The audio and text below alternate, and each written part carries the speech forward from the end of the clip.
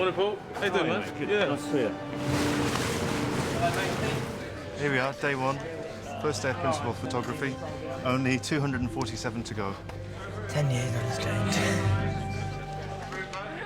We've made 8 films in 11 years, and it has given all of us the opportunity to actually do things better each time. It is great. Kind of every year they seem to get bigger and bigger, and we're seeing a lot more depth in these characters, I think, now. Bloody hell, Harry, that was not funny. Very good, Rupert. Having the opportunity to spend 10 years with a character and to have so many chances to get it right is wonderful. Cut. One more, please. It's got to hit you absolutely fresh. You don't expect that. Because of the storyline always changing, you know, every year, there's always something new to see. Very good. One final one. Okay, cut. Go Very to good. please. I think that having different directors brought new energy, and I think that Helped the films to evolve. All right, let's go. Thanks. Right, here we go. Shooting now. First one. And action.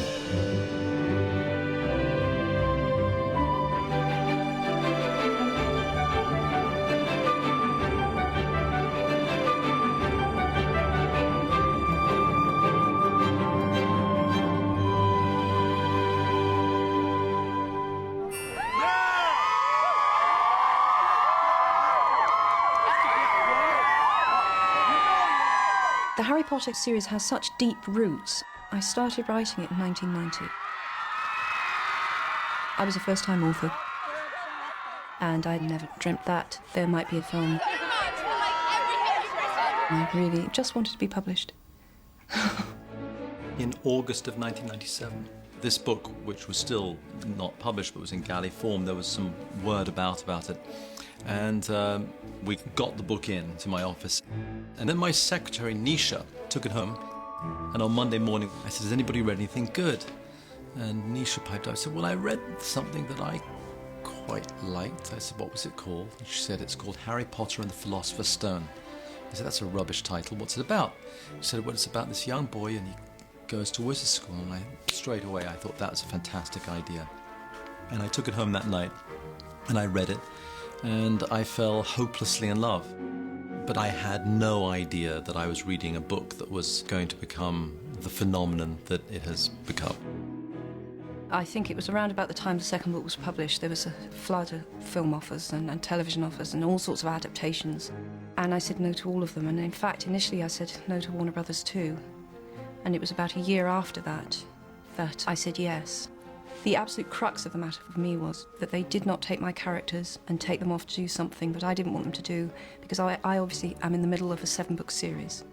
So I didn't ever want anyone to make Harry goes to Las Vegas, or, you know, Harry Potter gets married, Harry Potter, I don't know, goes to the moon. Any of this would have been disastrous for me. I wanted us both to be working to the same plot. I think the most pressure I felt was going into that first meeting with J.K. Rowling. I was there with David Heyman, the producer, and the three of us talked for about 3 hours. And she basically wanted to hear my philosophy, my vision for the film. I was prickly about Chris, I'm going to be completely honest. I was prickly because Chris was American. And it was my impression that there might be a temptation to give us all an American Harry. In fact, the first review the book's ever got in the New Yorker said they wouldn't succeed in America because there's so much British slang and dialect in them. I felt that the story was strong enough, so I really wanted the film to have a distinctly British feel. And that was the thing I felt we needed to be most faithful about. That meant almost everything to me, actually. And Chris promised me 2 things. He promised me that he would remain as faithful to the book as he possibly could within the constraints of film, and he promised me that he would have an all-British cast. And he kept both promises. And so I was a happy woman. I knew that she felt secure with me at that point because I really was going to take extra special care of her baby. You know, she gave us permission to pursue it. And there began this long and rather magnificent odyssey.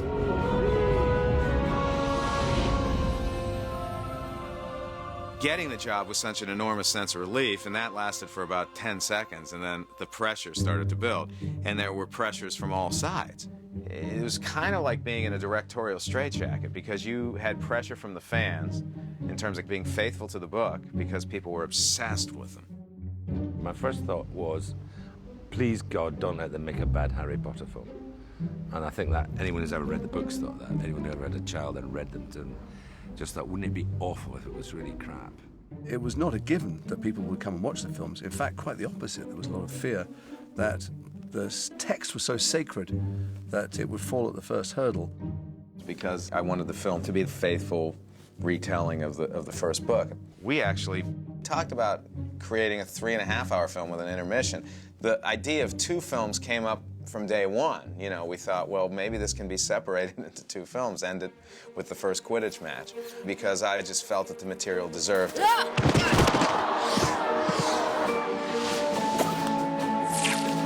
However, we couldn't become such a slave to the material that the film would suffer. On those first few films, we were exploring completely new territory. There were an awful lot of decisions that had to be made. Every day was full of meetings, just trying to determine the way forward. Nobody knew anything. Nobody knew what the school uniform looked like. Nobody knew who the children were. Nobody knew how to throw a spell or what a wand looked like or nothing. It was a completely blank sheet of paper. The first day's the scariest, isn't it, always? Because you have none of the answers. You don't have a philosophy or anything else, and you set about building it, really. The foundation was built in those early meetings, but we were essentially creating, somewhat in stone, the look and the feel of the next 6 Harry Potter films. So if I thought about that too much, I probably never would have left the house, you know. Well, no, the difficult aspects of the first one was setting up the studio, setting up the sets. Now, having worked out very carefully that it would take most, if not all, of Pinewood, and how much that would cost, I made the decision to try and get Leavesden, because I knew it was empty, I knew that it just sat here. When we found Leavesden, it was a disused Rolls-Royce airplane factory. And it was where the engines for the Rolls-Royce airplanes were built. And so it's not exactly a glamorous place, and you can feel, you know, it's quite rough around the edges. Well, you know, the thing is, I hated Leavesden. When I almost came here before Harry Potter to make 1 or 2 other films, and I always managed to kind of steer myself away from it because it was depressing. But it did have space, and it gave us the opportunity to build these sets and hope they would last for a few films. So Leavesden was a very good base for us. And of course, it's evolved as a studio in terms of having facilities, dressing rooms, and the roof, even though it leaks, it doesn't leak as much as it used to. It's improved enormously. It's become a proper kind of working facility. Have a red light. We also were able to build a canteen, classrooms for the actors, and our editing rooms and our visual effects room, everything was there. We also built the animal compound where we were training all these animals. We even built a big baseball field outside of Leavesden, so it became a full-functioning, you know, Harry Potter world. But God only knew it was going to last for 8 films. It's very unusual to have an entire facility to oneself, and affords us many things that we might not otherwise have. We can leave sets up over multiple films. And so, you know, some sets have been here forever. The Great Hall, for example, is one of the first sets that was built. And actually there was a great discussion about that set because Stuart Craig was really determined that we have real York stone. And in the first film we were thinking, well, maybe we should paint the floor because it'd be much, much cheaper. York stone's quite expensive. But Stuart insisted, and he was most certainly right, because here we are on the 7th and 8th films and we're still using that same York stone. In the beginning was the Word, and the earth was without form and void, and then along came Stuart Craig. Stuart is such a huge influence on the look of the place, the architecture, the aesthetic of the whole thing. Next to Joe Rowling, you know, Stuart interpreted that world architecturally and from a design perspective. And he's done a remarkable job, and he's seen the series through from the very first film to the final frame. I remember my very first sketch of Hogwarts, and I remember Chris Columbus saying, but it's not big enough. I mean, I have a reputation for thinking expensively, but certainly he encouraged that. This world wasn't to be small and modest. We wanted Hogwarts to not only be a frightening, magical place, but slightly inviting. You know, it's Harry's real home. You know, we wanted to create sets that would feel like they'd been there for hundreds and hundreds of years, as if they've been lived in. And so as magical as they are, you never wanted the audience to doubt for a second that Hogwarts wasn't a real place. And Stuart understood that from the beginning. So these are some photographs from the first Harry Potter film. Here's Chris Columbus, John Seale, Stuart Craig on that first scout, when we were really finding where we were going to locate everything. It was quite a significant trip, really. Here is Chris and John on location. I think that was Gloucester Cathedral, but I'm not sure. Maybe Durham. In the early days of this series, it was necessary that we also shot on location. We couldn't afford to build the entire world, so you couldn't be too whimsical. The world did have a sort of solid reality about it, because it was real.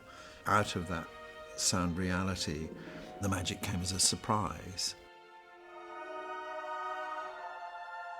That has become a philosophy carried throughout the movies. But obviously, it isn't the movies that have added the detail. The detail is there in the novels. I remember Jo coming to visit the set during pre-production on the first film, and we were showing her props. And one of the group's props we showed her were the wands. And really, it was the only criticism that she made. When I say criticism, it was a very gentle criticism. She said, you know, it seems just the wands are a little bit ornate. She said she always imagined them to be much rawer, much less refined. And so Harry's wand emerged as a little bit coarse, not decorative at all, actually, which seems quite appropriate for Harry in many ways. So whenever Jo makes a note, it makes tons of sense. And Chris so loved everything that Jo had done and did everything in his power to be faithful to it. The directors that followed Chris, all of us were very lucky that Chris made such great decisions. One fundamental one, obviously, is the cast. Chris put together an amazing group of actors, to start with the three main children, Harry, Hermione, and Ron. In terms of casting, we had pressure from the fans to make sure that they saw the actors on screen as they did in their head. How's that possible? Everybody's got a different vision. Although, when I first saw these three kids, there was a sense that they embody these characters that Jo Rowling had written. I do actually remember that audition period really, really clearly. I don't think there was a great deal of analysis or thought went into it, because I was 11 and I just delivered the lines like I would have said them at age 11. Once he starts breathing fire. Breathing fire? Yeah. How could you live in a wooden house? Harry, I think, is very much a book character. He's very introspective. He is the reader's eyes onto the world. He wears the glasses. And that's not easy to convey, I believe, for any actor, let alone an actor of 11 or 12. But what Daniel's got, I think, is the ability to listen and react very well on screen. Your mum and dad won't want you to get hurt, would they? I'll never know what they'd have wanted, because thanks to Black, I've never spoken to them. You do it then if you're so clever, Mr. I know everything. Fine. Rupert. Yeah? Miss, I know everything. Oh. They were green actors, but there was something inside of them that just needed to be brought out over the months and subsequently over the years. So there was never a doubt in my mind that we didn't have the perfect three kids. Wow.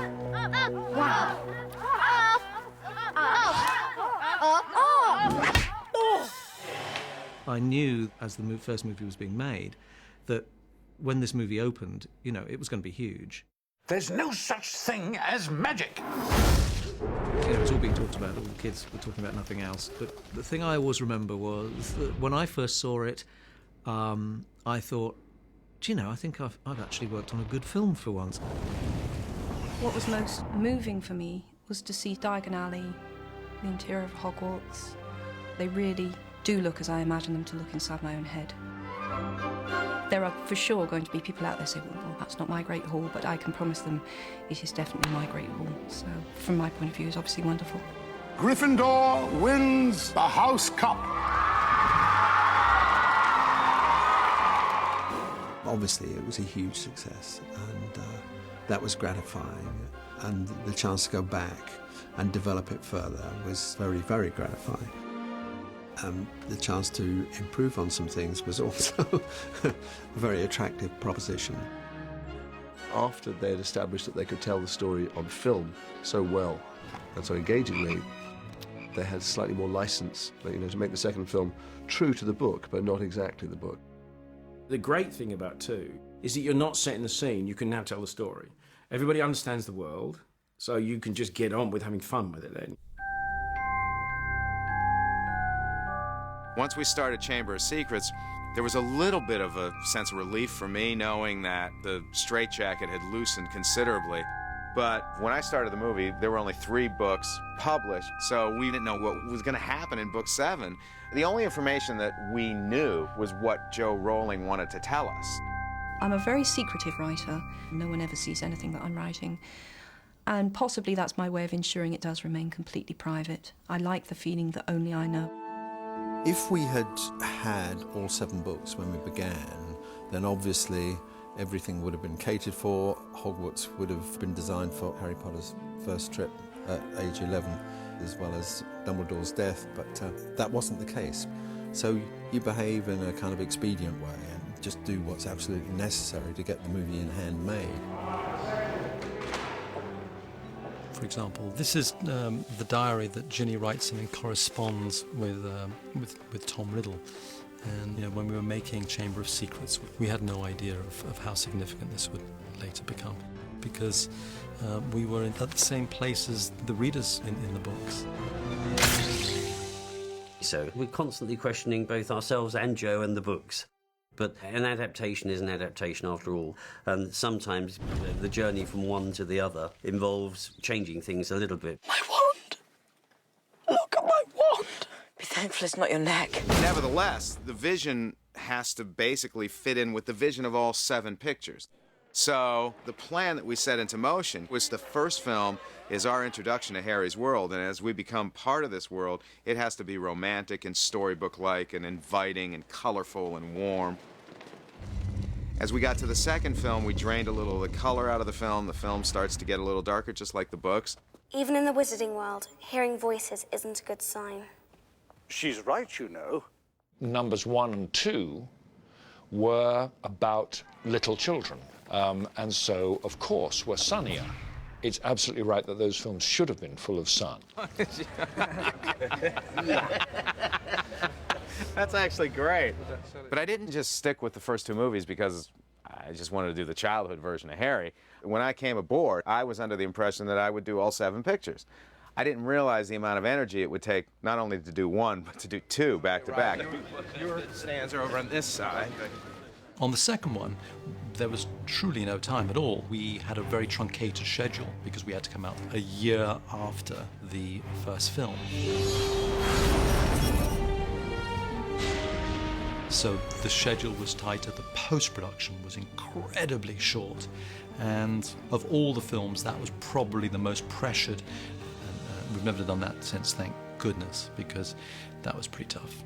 Now, the key is, though, guys, you gotta get into the scene again. And 3/4 of the way through Chamber of Secrets, I realized there was no way I was going to be able to continue because I was practically a basket case after working on 600+ days of shooting. I was completely and emotionally and physically exhausted. There was no way I could do a 3rd Harry Potter film. When Chris made the decision to not direct the 3rd film, it was sad actually, sad and a little bit scary, because you wonder, okay, are people going to be interested in coming in to direct a sequel? How will they feel not having created the world? So it was a little bit scary, but Chris remained on as a producer, and so he was around and helped in a way guide us into the post-Chris era. I do have separation anxiety, but we've been very fortunate in having some really talented directors come into that world and take it in the direction that we always intended. Alfonso was mentioned very early on, and I was really enthusiastic about the idea. Azkaban. It's a much more reflective book, and so although it's a tricky plot, I think in this case the book and the director were really made for each other. Look at those long shadows, Michael.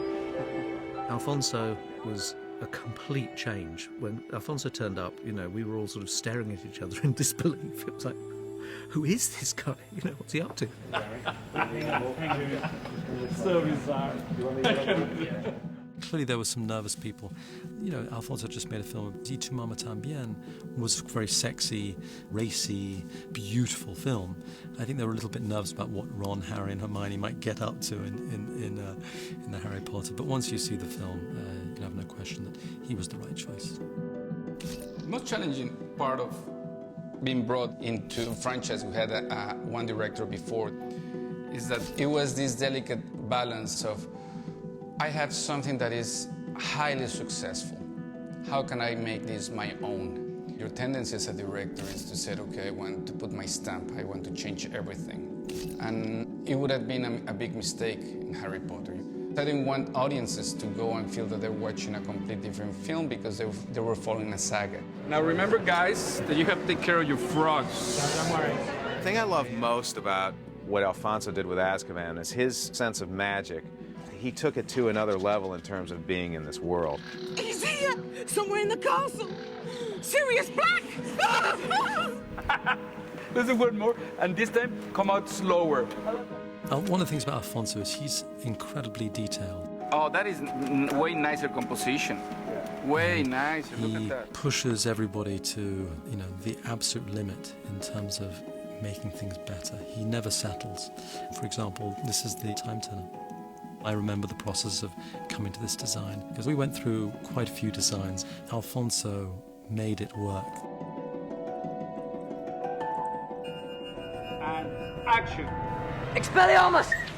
On the third film, a lot of the wands were changed, so most people's wands started off like that. So when you see Harry in the first film, it's a very similar wand to this, and then the only change is Alfonso wanted to make it more characterful. So that changed Harry's wand, and that kind of ethos of showing the character in the wand, that whole principle really got established further into the films. It wasn't something that was started off.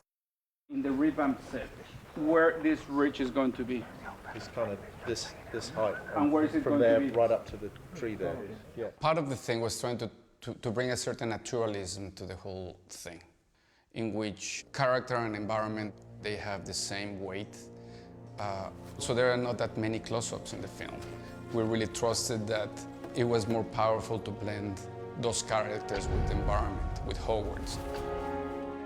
You'd have these kind of elaborate establishing shots where the environment was setting the mood much more, and you had the Whomping Willow appearing through the seasons. Hogwarts had all these spaces already established, you know, corridors and common rooms and so on.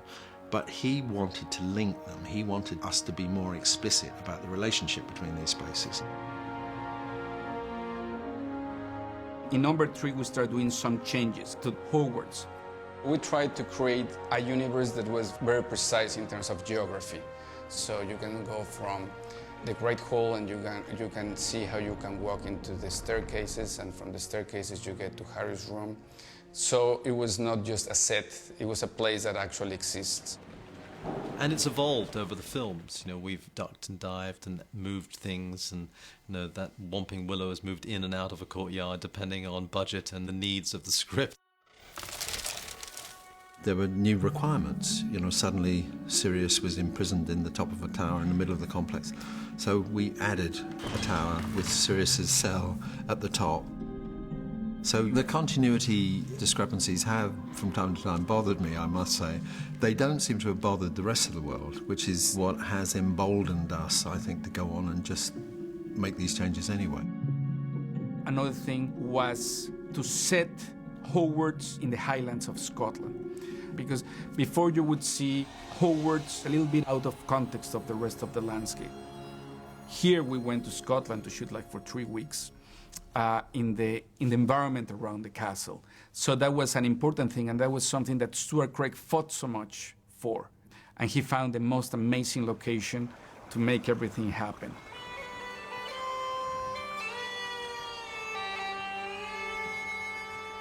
I think J.K. Rowling's intention was that Hogwarts was in Scotland.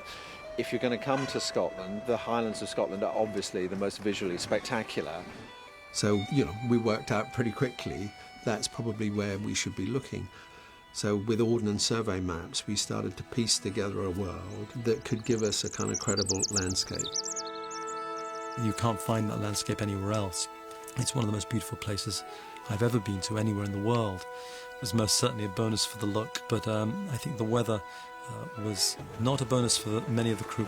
We went with it for 5 days, and it rained, and we were on a hill, and there was mud everywhere, and people were sliding, and it was miserable for the crew. And it was expensive, which was miserable for the studio. But actually, Alfonso loved it. See that bit of sky over there? It's lovely. Because the texture of the sky and the contrast, it was perfect. I wanted the universe to be darker. So I chose a darker palette. We wanted to go into more monochrome, more desaturated colors. For instance, the title of Harry Potter, we decided to change, for instance, from golden to silver. Alfonso brought the darkness without a shadow of a doubt. I mean, you spent your whole time thinking, can he be serious? We'll never get away with it. You're arching back, he's losing his life, the camera comes here. This is like a new feel for Harry Potter, isn't it? It's your thing, it's going to be kind of dark. Probably, but it's just to be, you know, faithful to the material, to the spirit of the material. That's what we've been trying to be.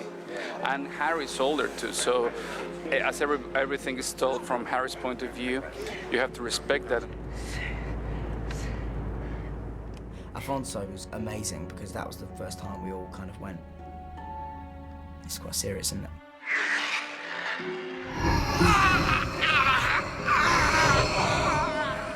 There were a lot of voices that said, "We're sure we're not going to be so dark."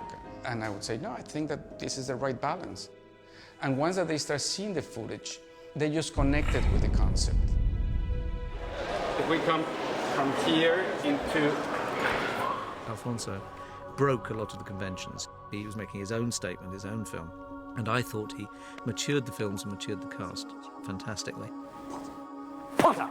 You actually fainted? Shove off, Malfoy. How did he find out? Just forget it. I was very happy with the film. I wanted to do a film that will fit perfectly well as part of the franchise, but a film that if you happen to see it on its own, it will just work as a film. And if something I'm proud of Azkaban is that, in a way, set up the tone for the films to come later on. On the third film, Alfonso had begun to alter the process of how we looked at the books. The books were getting longer, and already by the third book, we were reaching a length where it was becoming clear that we were going to have to make some serious edits. And the choice that Alfonso made was to tell the story from Harry's point of view, and things that didn't relate to Harry sometimes fall by the wayside. But the fourth book was the first one that we contemplated dividing into two. David Heyman came to me with number 4 and said, would I read the book? I read it, and the book is vast. It's a great big sort of house brick-sized thing. And clearly there were one or two things to do. You either had to do the whole thing, in which case you had 2 movies, or you had to take a very strong line on it and say, no, it's only this, and we'll dispense with everything else. And I thought that it was a great thriller. It's like a Hitchcock thriller. And I was very convinced that it was only one film, so I was simply ruthless with the stuff that I couldn't see a way of doing. We probably made a little more of the Quidditch World Cup, for example, if we'd had more time. But ultimately, we felt that we could do it in one, and actually that decision held with 5 and 6, because once we'd made that decision with 4, we felt we couldn't go back.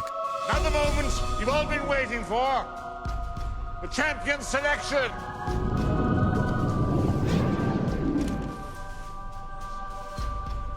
Harry Potter. Goblet of Fire was a wonderful sort of epic film in its sense of adventure. And Mike Newell brought a very sort of exciting, visceral quality to the film. Scream! You want! One of my favourite sequences is the dragon chase in the 4th film. I think that's one of the best sequences you've ever done.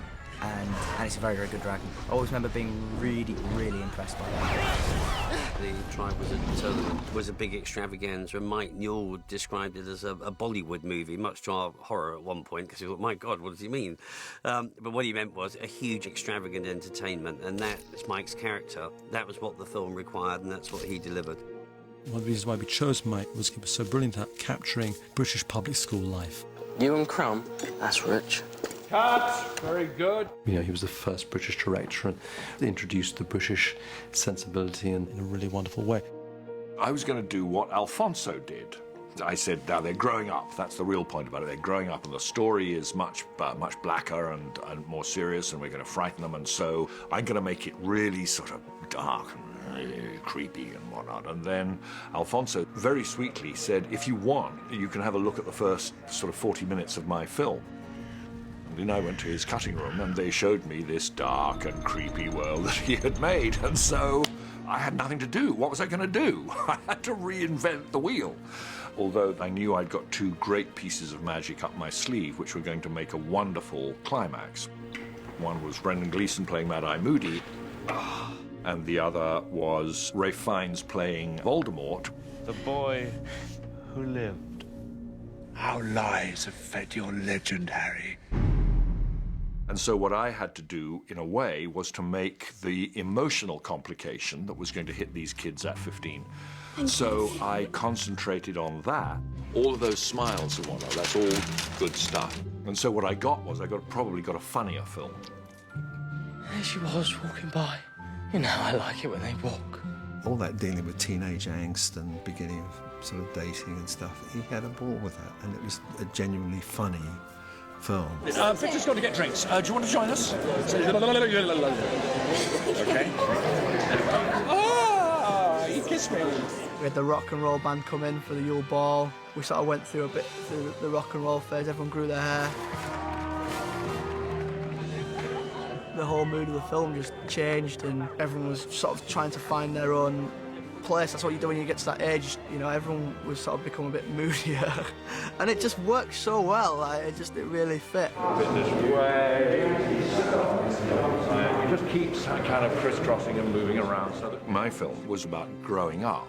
With that came You Are Mortal, which was the other big thing of the film as far as I was concerned.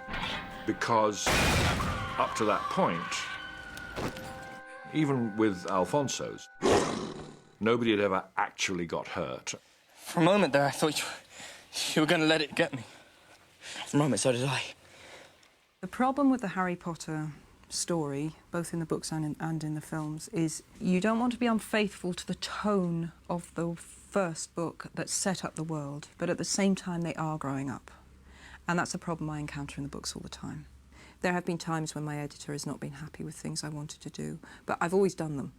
She was particularly unhappy with parts of the ending of 4, but we argued it out and I won. Kill the stag! Avada Kedavra! Cedric! At the end of Goblet of Fire is, of course, the first time you really see a character die, particularly a school kid. That's my son! That's my boy! My boy! They were flagging up where the films were going at that stage. You know, it's just expect more of this. He's back! He's back! Voldemort's back! That meant, you know, there was a kind of a bit of a seismic shift. We were moving on from some of the original core audience who were much younger. The demographic changed. And we changed from PG to PG-13. Everything is going to change now, isn't it? We took my film to show Warners who'd guard the soul of the whole thing and make sure that you don't stray too far, which you always have to do, which is always a nervous occasion, because you don't know how they're going to respond. And Warners saw it, and Alan Horn, who's the head honcho, said, it's long, but that's all right. It's pretty violent at times, but that's all right. It's actually rather black and scary at times, but that's all right. And he just kind of ticked all the boxes. And so it's great when you get the people who pay the checks to actually get the number of this thing for which they have paid so colossally. We offered Mike the fifth film, and we offered Alfonso the fourth, but I think they were just too exhausted. So we were looking for a great filmmaker and to come into Joe's world. David Yates has been a great choice for the final 4 films. You know, he made the world more political, made it feel more contemporary. I'm still befuddled why they asked me in the first place, frankly. When I got the phone call, I was gobsmacked, because I thought, you know, I just finished a thing called Sex Traffic about a really intense, gritty, emotional drama, and they said, come to Hogwarts. And I just had to kind of think, that's an odd fit. And they just haven't been able to get rid of me since. When we met David Yates, he had a lot of experience with his TV work of political themes. And the fifth film, you know, there was a bit of Big Brother with the Ministry looking over Hogwarts, and David had dealt with political themes. He was an obvious choice to come and take over. It's a riot. You're taking over the school. This is like a great fight back. As a director, you never want to follow other people's footfalls in the snow. You always want to make your own footfalls in the snow. And 4 films have kind of explored the detail of that world. So I was more interested in exploring the people within it, you know, and their journeys and their psychologies and their emotions and what's going on inside their hearts and heads. I felt it was important to start pulling it a little bit more towards the more intense, darker aspects of what Joe was doing in the later books. But the fifth film was not without its challenges. Steve Kloves decided not to do the fifth film. One day the phone rang and said, hey, would you be interested in adapting Order of the Phoenix? And it's one of those moments, you know, it's one of those calls where every time sort of stops for a second. As the new guy, I did have a moment of, oh my God, what if I screw this up? You know, it's been this amazing phenomenon and this amazing series of films, and what if I'm the guy who drops the ball? But you have to kind of shut that out, otherwise you go crazy. Make it a powerful memory, the happiest you can remember. Allow it to fill you up. The fifth book was a big structural job for a writer to try and boil it down. It was a complicated story. You know, it was a difficult narrative, and that's a real strength of Michael's. It's changing out there. Just like last time. There's a storm coming, Harry. We'd all best be ready when she does. We always thought of it as a war movie. Clouds of war are gathering. And I always thought of Grimmauld Place as kind of the French resistance and underground there. And the stakes couldn't be higher. That's a battle for Harry's soul. So I just focused on the emotional through line. What do we care about the most? And of course, it's Sirius's death.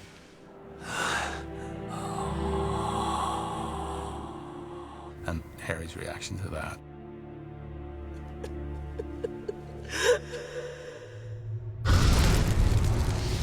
And then seeing this epic battle that we've been waiting for 5 books to see between Dumbledore and Voldemort. That's when you get the 2 biggest, most powerful wizards in the entire universe fighting, which was great fun to shoot. As you're locked in this equal battle, some of these tributaries splinter off and blow the wall out around Dan. And I filmed it with a lot of handheld camera, actually. I just said, just get the camera off the dolly, take it off the tripod. I wanted everyone to feel they were in the middle of it and they had to duck when it was all going off around them. It's got a lovely sense of darkness and the rhythm of it's great. David did an amazing job, I think, with making that battle feel real and making you feel like you were there.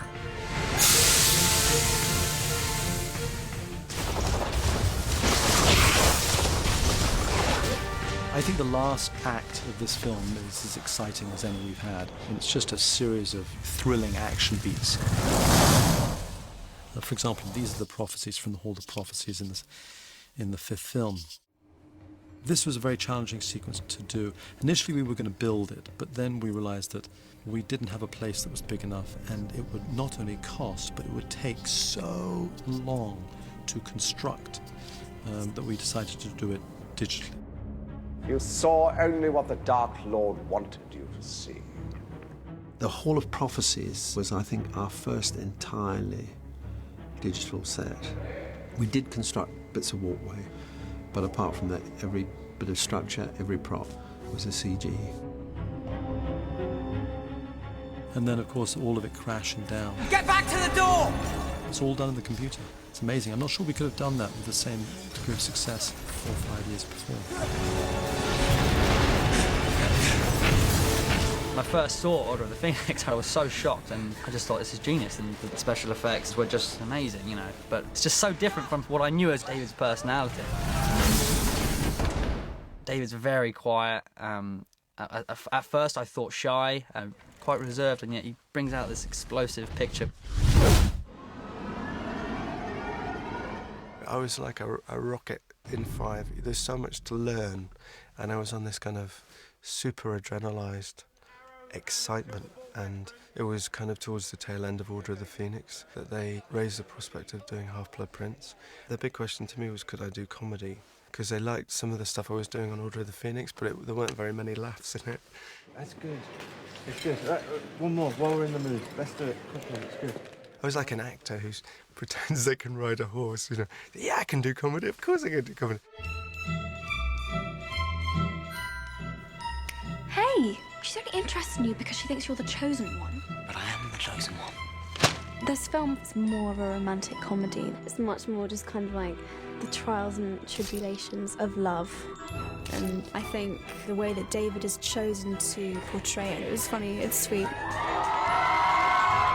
I think the thing that's most exciting about David Yates is David taps into the anxieties, the anger, the frustration of being a teenager. Excuse me, I have to go and vomit. The relationship between Harry, Hermione, and Ron was just beautifully executed. It's exactly where I would have hoped those characters would have gone, and I think David's just drawing phenomenal performances from them. If you had a shred of self-respect, you'd hand that book in. Not bloody likely. He's top of the class. He's even better than you, Hermione. Slughorn thinks he's a genius. One of the joys of this job is seeing them ask more questions on the floor when we're doing a scene. Come on, Harry. You've got a game to win. And then there's a bit of, I don't know, some sort of that kind of thing. Sort of low-key, general. Yeah, let's do that. Because I think that would just be really irritating. Okay, and they're not kids anymore, they're young people. Don't drink it, Ron. So I can watch them and see them get better at what they do or find colours and notes and feelings. So I find it really rewarding. And cut, good, check the gate. Good. Cut, check the gate. When the sixth film came about, I was rather terrified, thinking, God, they're actually asking me to say something else than Potter this and, you know, whatever. So there's actually some complicated bits in it. I know what you did, Malfoy. You hexed her, didn't you? So I was very excited and very nervous at the time when we were doing that.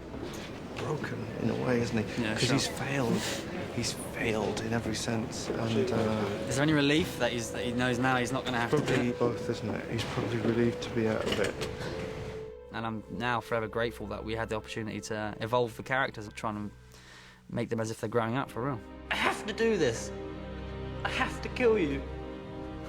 He's gonna kill me. No.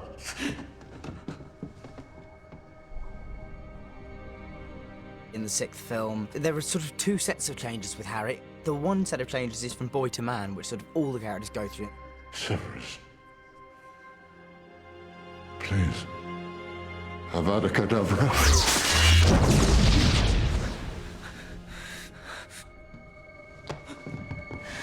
And there's the other development, which is the change from schoolboy to warrior. Incarcerate! Fight back!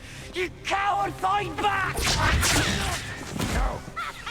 He belongs to the Dark Lord. You know, as Harry moves towards the end of the story, he feels he's been given this responsibility to deal with Voldemort, and he finds it difficult to share that responsibility with anybody.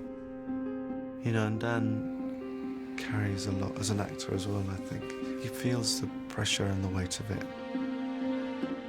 I mean, in a way, that's been a challenge for me, but hopefully it should have a sense that we are moving towards something momentous.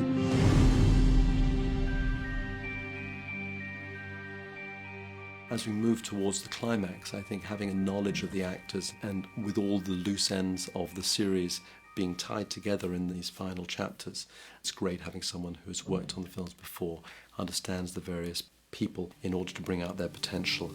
They raise the prospect. Do you think you could take on the last 2? And I actually had to think about it seriously because it was a lot of work. and it's hard. And then there have been a couple of moments. End of 5, I had a bit of a boof. You have to come down. And Bruno Dalbanor and David Heyman were the only people who astutely spotted it. You know, they said, "Are you okay?" And actually, I wasn't okay. I was knackered, but it just sort of evolved, and it felt right. And I really wanted to see it through.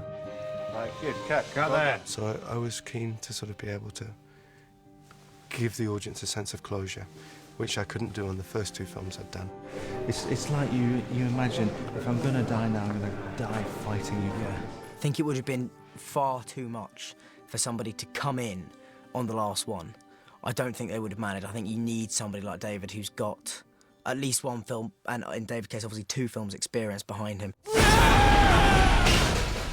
Well, the last 4, in a way, are a much more continuous story. It's no longer a series of battles, it's the war. It's a very good idea to have the same guy doing it, so it's set the same sort of tone. But you can't get all this book into one movie. Not if you intend to make a film that does justice to the book and a film that is not 7 or 8 hours long. It was a really tricky decision to make 2 movies out of the book. But when I was working through the set pieces, I would have loved to have put it in one script. It quickly transpired that it would have been the most expensive film in the history of cinema ever. I was very much against doing it as 2 films. I thought it was a terrible idea. When it was initially mooted by Lionel Wigram, who's now an executive producer on the film, I said, it's a bad idea. Because we hadn't done it, why would we do it now? And then Steve started breaking down the book. It just became increasingly clear that everything in this book is relevant, and so many loose ends are tied up that if we were to leave a lot of it out, the film wouldn't make sense, and we wouldn't be really bringing the books and the films to the conclusion that they deserve. Of course, there was a moment a few months later, once we'd announced that we were going to do 2 films, that Steve came to me and said, "You know, David, there's almost enough in here for 3." I went, no, we got it. So anyway, it's 2. And action. Before we all started filming, Joe Rowling wrote me a card saying, I've almost finished the 7th book and I'm sending you on a weird kind of road movie. Just the fact that we're not in Hogwarts makes such a difference to the feel of the film, because it's harder to see us as school kids when we're not at school. And I think it gives the film a more adult tone. We are going on location on this film, and the first unit are going to Wales. The actors, I think, we're going to get into Scotland for a couple of days. That's somewhere they haven't been since Harry Potter 3. So it is more of a location film than the last 3 films, anyway. I love Leavesden. A lot of people kind of are a bit down on Leavesden, but I actually love it. It's kind of been a second home, but it is equally lovely to get out and be on location for a few days and see some trees, and just daylight is nice. He doesn't know what he's doing, does he? None of us do.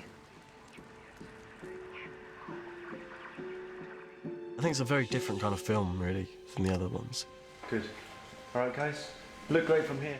There's been a few scenes that have been quite tough. A bit tight. Rupert was doing a scene today in the all-night cafe, talking about whether or not he should kill this Death Eater. So what are we going to do with you, eh? Kill us if it was turned around, wouldn't you? And I was so proud watching him, because it's a really serious bit of acting. Suppose you did Mad Eye. How would you feel then? And we're seeing stuff in the Hallows Part 1 and Hallows Part 2, which is really grown up and dark. It's incredible to see what all of these characters do when they're pushed to the very edge. We really had to step up in terms of giving a performance that would make that real. Hey! Ask Ronald Weasley! There's lots of fights and confrontation between me, Ron and Hermione. And action. You think I don't know what it feels like? No, you don't know how it feels like. Your parents are dead. You have no family. Stop! Stop! It's a tough film for those 3 characters and their relationships. You're not still mad at him, are you? I'm always mad at him. Even though we spend so much of Part 1 and Part 2 in different places, it's nice that it ends at Hogwarts, because there's kind of this nostalgic air to all these different places, and it reminds everyone of the scale and how big all of this saga is. One very apparent thing we've done to Hogwarts is literally darken the colour of the school. In films 1 and 2, Hogwarts is a rather pleasing kind of honey-coloured, sunlit stone. And it has become, in the last 2-3 films, much, much darker, greyer, much more sinister.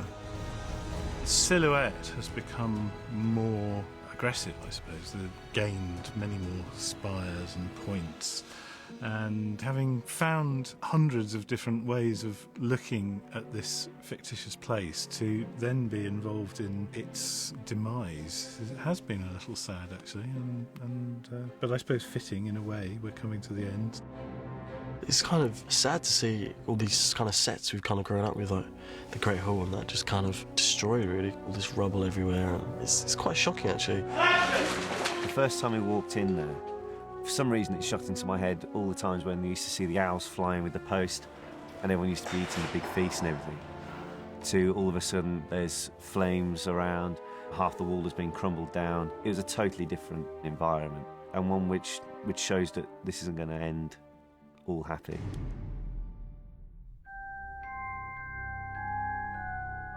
Most of the planning of the 7 books was done pre-publication of the first book.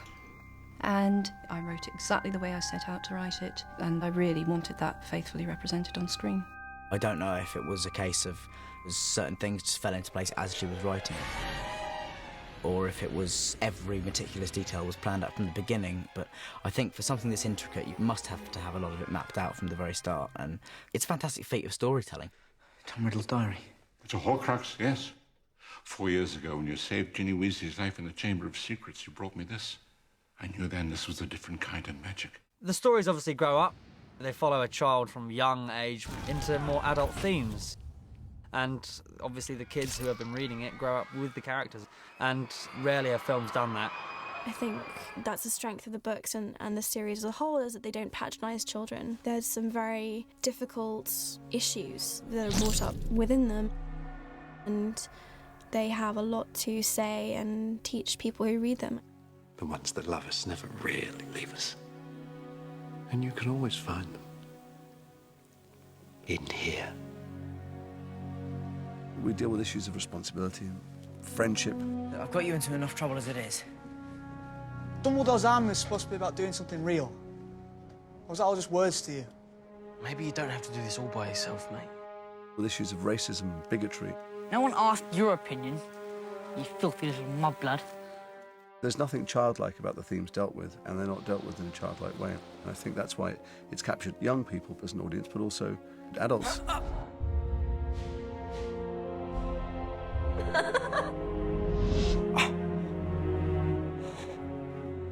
You're the weak one, and you'll never know love or friendship. And I feel sorry for you. The whole story, for me, the 7 books is about a loss of innocence. That's what, for me, the films, the books, everything is about. And that is a sad thing to lose. As we kind of come to the conclusion of this series, Harry is quite alone in lots of ways. He loses Sirius, he loses Dumbledore, he's lost his parents, and he's a character who is slightly haunted and is surrounded by ghosts, the ghosts of his past, and you know, I find that very moving. The prophecy said, neither one can live while the other one survives. It means one of us is going to have to kill the other. Yes.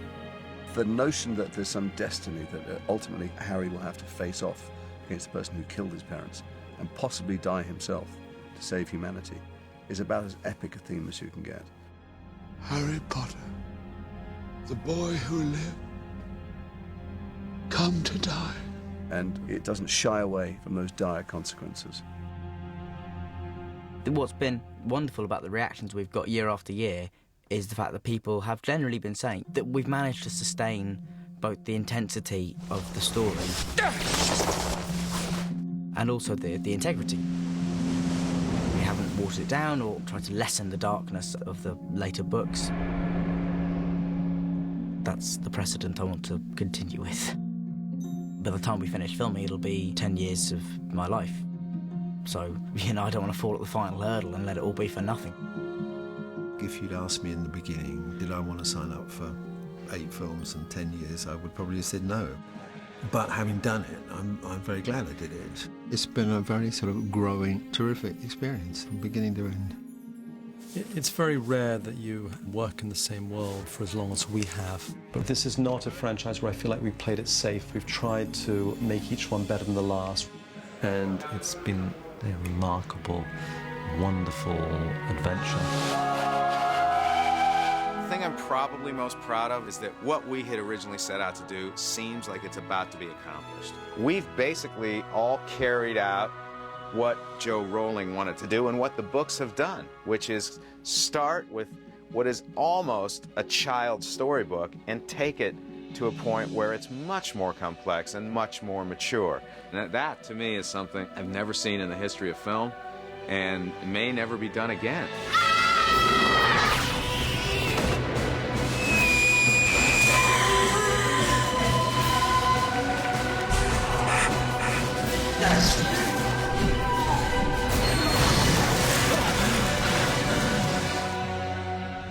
Why do you live? Because I have something worth living for. All right, good. Cut. Cut there. Here's a wrap and end of principal photography on Harry Potter.